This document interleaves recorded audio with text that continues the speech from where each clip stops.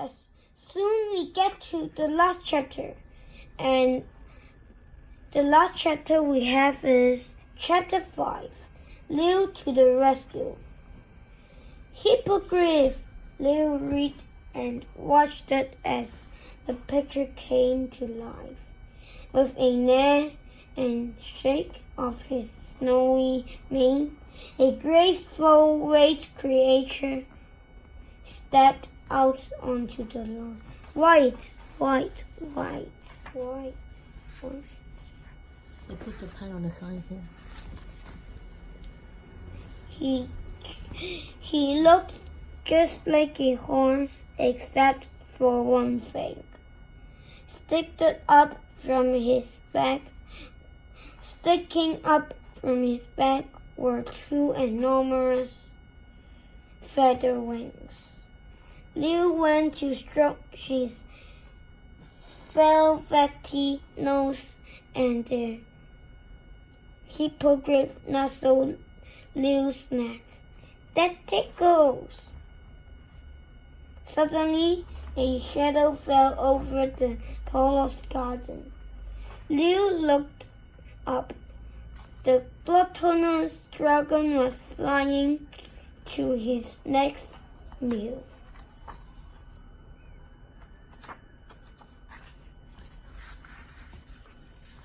We have to distract him, Leo whispered into the hippogriff's ear. He scrambled onto the creature's smooth white back. Fly as fast as you can to the pebbly waste. The hippogriff beat his strong wings and rose into the sky. Just as Leo hoped, the dragon spotted them and spun around to follow.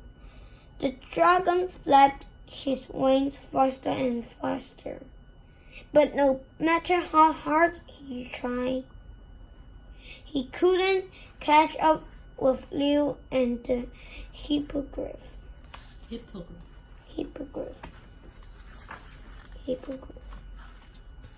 They flew on and on and on, some more, until last the barren pebbly waste lay below them.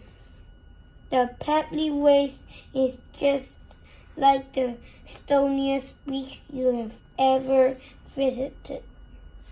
Without the sea, there are no trees. There isn't even any grass, nothing but pebbles stretching into the distance. The hippogriff swooped down. The hippogriff swooped down, his hoofs landing with a clatter on the stones. Leo hopped off his back, just long enough to lay the book of beasts on the pebbles. Open at Dragon's page. Open at the Dragon's page. As he jumped back on the hippogriff, the dragon arrived. He was flying slowly, looking very hot indeed. Sweat sizzled on his scales. The sun was blazing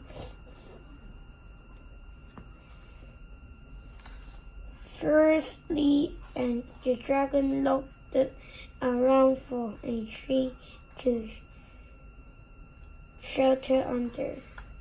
你支筆拎住做咩啊？又唔用，不如擺低啦，好嘛？你搞到單手用唔到啦，喐晒啦本書，錄唔到啲字啊，完全。我話擺邊個位啊？呢度。唔係啊，呢度。我要擺呢度，你就係咁喐本書，其實好耐錄唔到。But the only tree he could see was the paint palm tree in the book of beasts. The dragon flew in onto the pebbles and lay painting beside the book. The sun shone hotter than ever, and the dragon's skin began to smoke.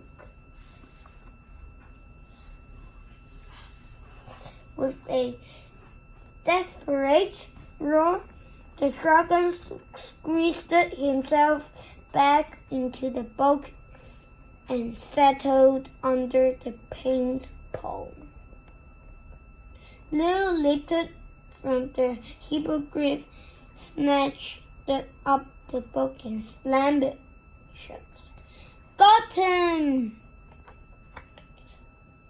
Holding the book tight, he turned to the hippogriff. Dear hippogriff, he began, you are the best and bravest most. A cheer broke out and Leo turned in surprise. Standing behind him, standing behind him were everyone and everything the dragon had eaten. The pebbly waste was crowded. You see, the dragon could only just fit in the book himself. So he'd had to leave everyone else outside.